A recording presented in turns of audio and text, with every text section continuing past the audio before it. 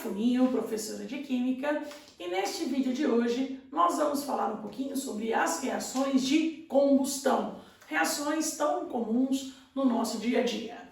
Então, o que a gente entende por ser um processo, uma reação de combustão? Uma reação de combustão, ou simplesmente chamada de queima, é uma reação onde nós vamos ter uma substância chamada de combustível.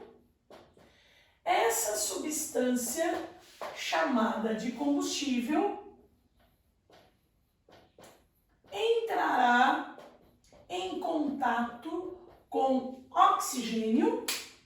Esse oxigênio é chamado de comburente e é a substância que vai alimentar a combustão. E através desse processo, o que é muito interessante é que a reação de combustão ocorre sempre com liberação de energia. Então, todo processo de combustão libera energia. E se libera energia, deve ser chamado de processo de reação exotérmica. Lembrando de termoquímica, reação exotérmica é aquela que ocorre com liberação de energia, é aquela que tem o ΔH de sinal negativo. Então, toda reação de combustão, se você for calcular o ΔH, tem que ser um ΔH com sinal negativo. Então, nós temos aqui alguns exemplos de reações de combustão. Tenho aqui o metano reagindo com oxigênio, então ele é o combustível, reagindo com oxigênio, e eu percebo que o ΔH é negativo. Então, nessa reação de combustão, ocorre uma liberação de energia na ordem de 891 kJ por mol de metano queimado. Já numa reação de combustão do propano, essa reação vai ter então uma liberação de energia na ordem de 2.220 kJ de energia. Muito bem, mas aqui a gente vê que o metano, ele aparece aqui com um ΔH, por exemplo, de menos 891 e aparece novamente em outras situações com outros valores de ΔH. Então, inicialmente, por quê? Por que a gente tem aqui um processo com a combustão do metano e ali eu tenho outros processos diferentes? Porque a reação de combustão, ela pode ocorrer de maneiras diferentes. Podemos ter uma reação de combustão completa ou reações de combustões chamadas de combustões incompletas. Então, qual é a diferença de uma combustão completa e de uma combustão incompleta? Então, a diferença básica no processo de combustão para ocorrer de forma completa ou incompletas é a quantidade de oxigênio disponível, utilizado no processo. Então, vejamos. Se eu tiver aqui um processo de reação de combustão completa do metano, nós temos na reação de combustão completa a liberação de gás carbônico e água. E para liberar gás carbônico e água, fazendo o balanceamento do processo, nós vamos ter para cada mol de metano a liberação de 1 mol de gás carbônico, como ele tem 4 hidrogênios, 2 mols de água, e o acerto aqui de quantidade, o balanceamento necessário para acertar o oxigênio vai ser 2 mais 2, total 4 oxigênios. Então, há um consumo de 2 mols de oxigênio para que ocorra a combustão completa do metano. Continuando. Uma reação de combustão incompleta, na verdade, ela pode acontecer de duas maneiras diferentes.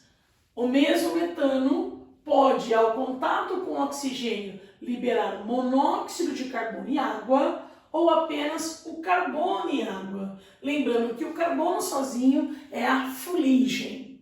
Novamente, como que a gente vai determinar se vai liberar monóxido de carbono ou se vai liberar a fuligem? Depende da quantidade de oxigênio que a gente tem disponível.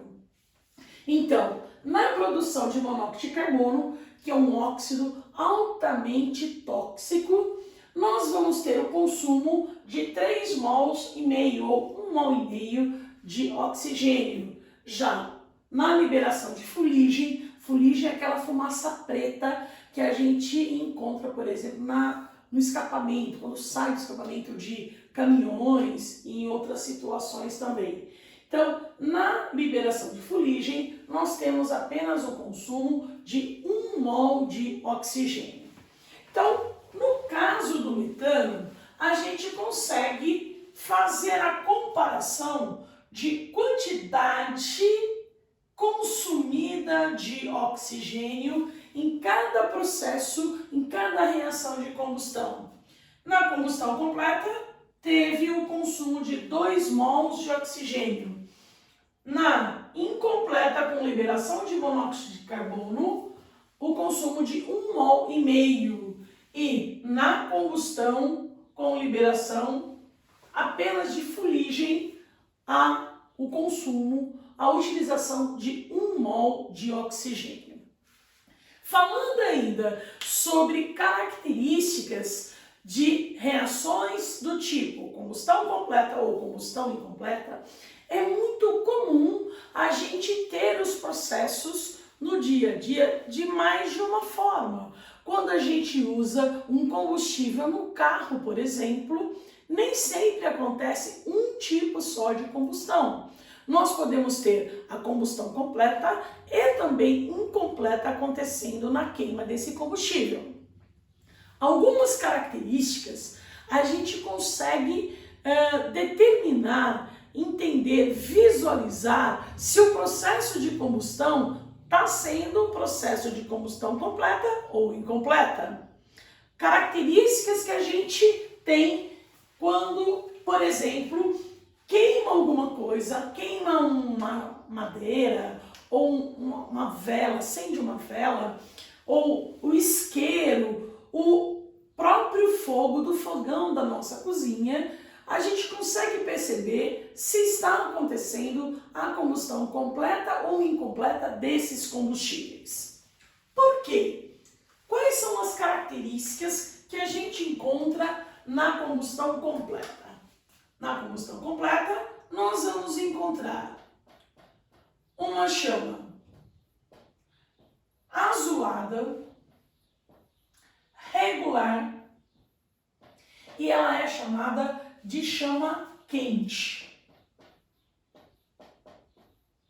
Então, se você acender o fogo lá no fogão da sua cozinha e tiver uma chama regular, azulada, um tipo de combustão completa. São características bastante fáceis de identificar.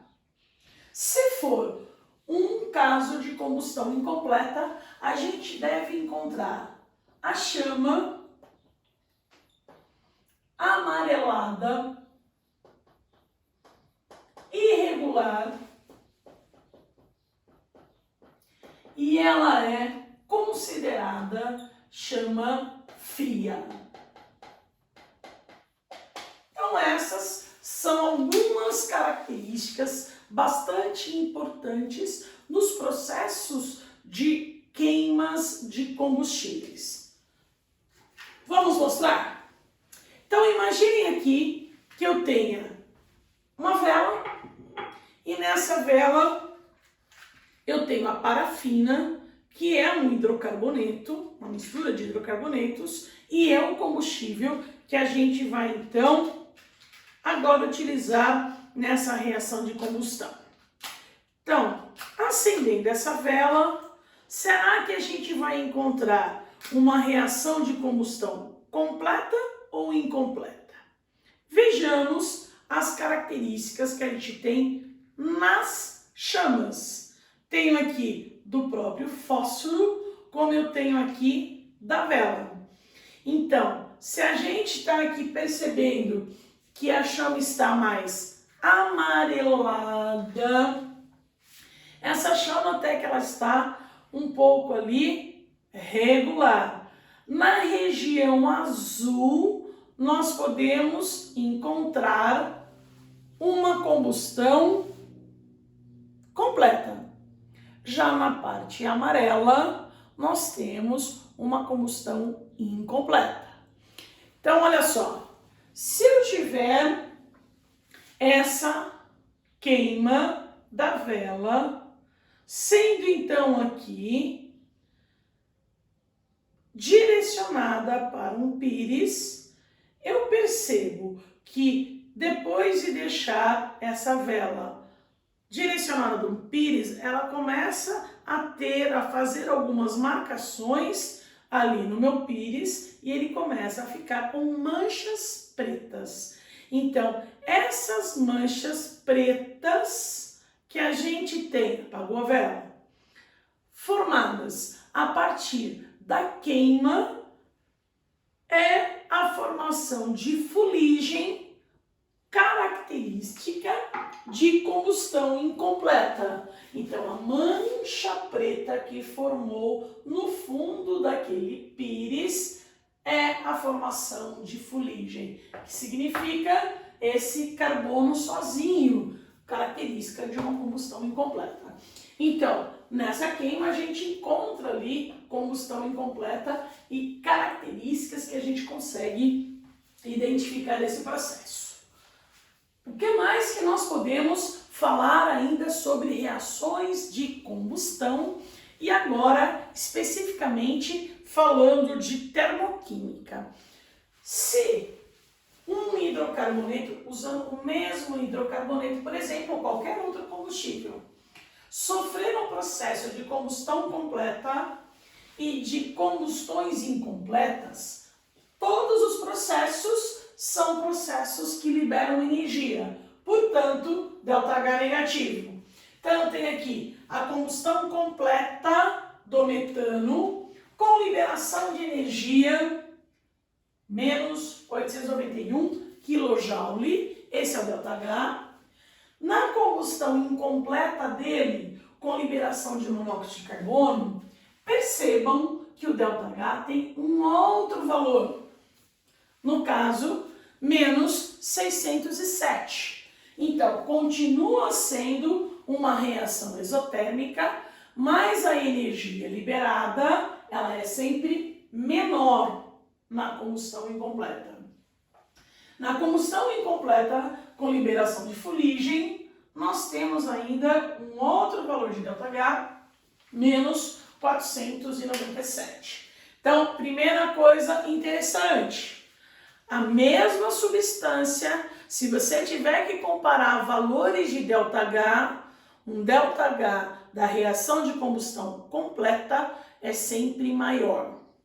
Quando você tiver a mesma substância nas combustões incompletas, o ΔH vai sempre diminuir.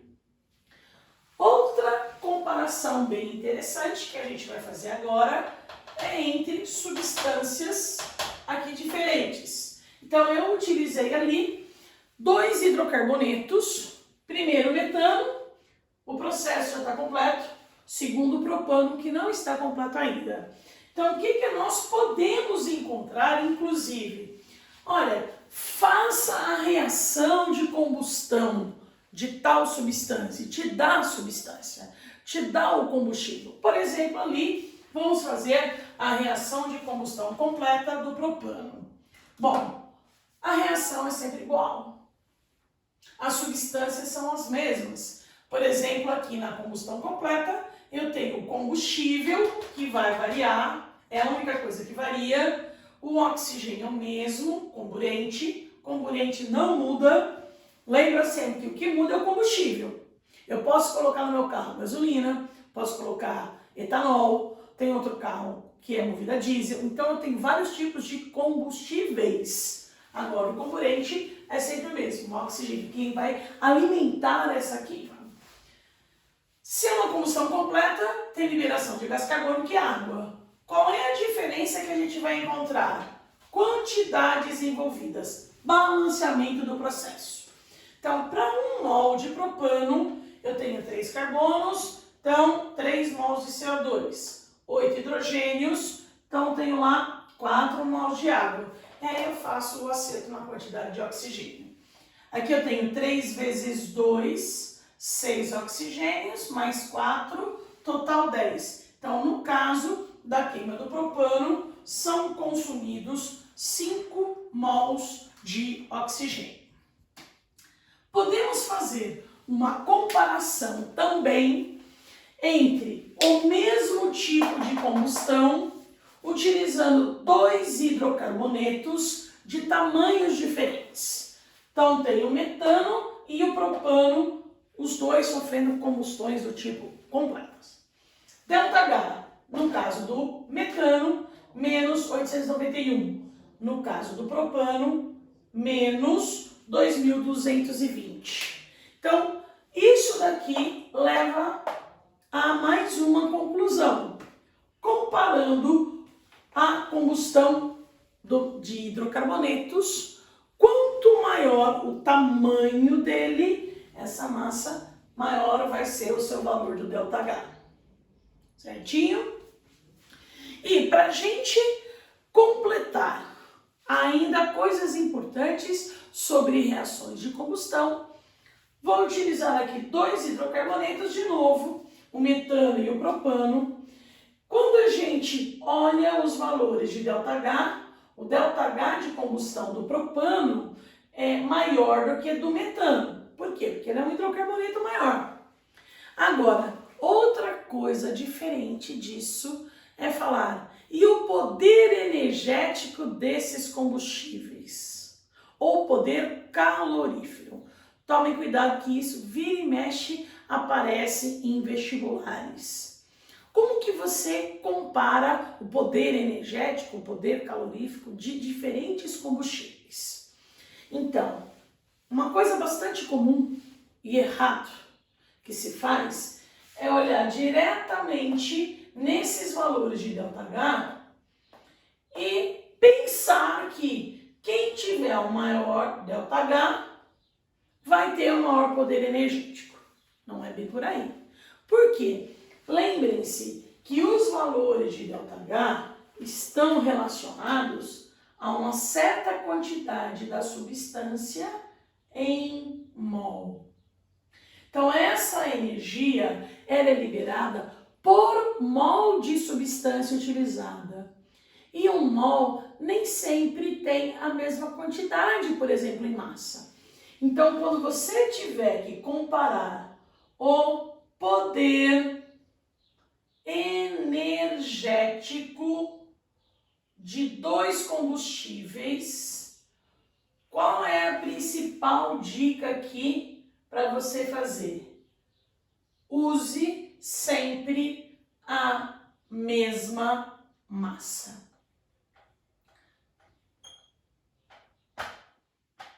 Até colocar assim, ó. Certo? Não interessa que massa. Você pode usar 1 grama de combustível, pode usar 10, 100 gramas, o quanto você quiser, desde que você utilize a mesma massa. Então, por exemplo, aqui, no caso do metano comparado com o propano, qual será que tem um maior poder energético? Vamos lá. Sabe-se que as massas atômicas do carbono e do hidrogênio são 12 unidades e 1 unidade, respectivamente. Sendo assim, 1 mol de metano vai dar 12 com 4, a massa molar 16 gramas cada mol. E 1 mol de propano tem 12 vezes 3, 36, 36 mais 8, massa molar igual 44 gramas. Então, você deve associar os valores de ΔH para essas massas molares. No caso do metano, para 16 gramas, que equivale a 1 mol de metano, utilizados de metano, eu tenho a liberação de 891 kJ de energia. O que eu falei que era a dica? Usar a mesma massa. Então, que massa que eu vou usar? Qual você quiser. Por exemplo, se quiser partir de 1 grama, eu vou calcular qual é a energia liberada para 1 grama de metano. Sendo assim, essa energia vai ser 891 dividido por 16. Aí você vai fazer essas contas e deve dar aproximadamente algo em torno de 55 kJ de energia. Vou deixar aqui rapidinho para a gente comparar. No caso do propano, 1 mol de propano tem massa molar igual a 44 gramas. Então, precisamos utilizar 44 gramas de propano para ter a liberação daquela energia que está lá no ΔH. 2.200 aproximadamente, ou se quiser colocar do jeito que está lá, 2.220 kJ. De novo, a dica é usar sempre a mesma massa. Então, como eu coloquei 1 grama no metano, eu coloco 1 grama no propano também. Isso deve liberar um outro valor de energia que eu vou chamar de Y. E essa energia vai ser o resultado da conta 2.220 dividido por 44, que deve dar aproximadamente 50, alguma coisa. Vou colocar 50 só para ficar mais fácil para a gente ali comparar os resultados. Então, sendo assim, partindo da mesma massa, eu percebo que o metano vai liberar uma quantidade de energia maior que o propano. Então, se eu utilizar 1 grama de metano e 1 grama de propano, a energia liberada vai ser maior na queima do metano. Ok? Isso é chamado de poder energético. E é bastante comum a gente encontrar isso nas provas de vestibulares. Fiquem bem, até o próximo vídeo.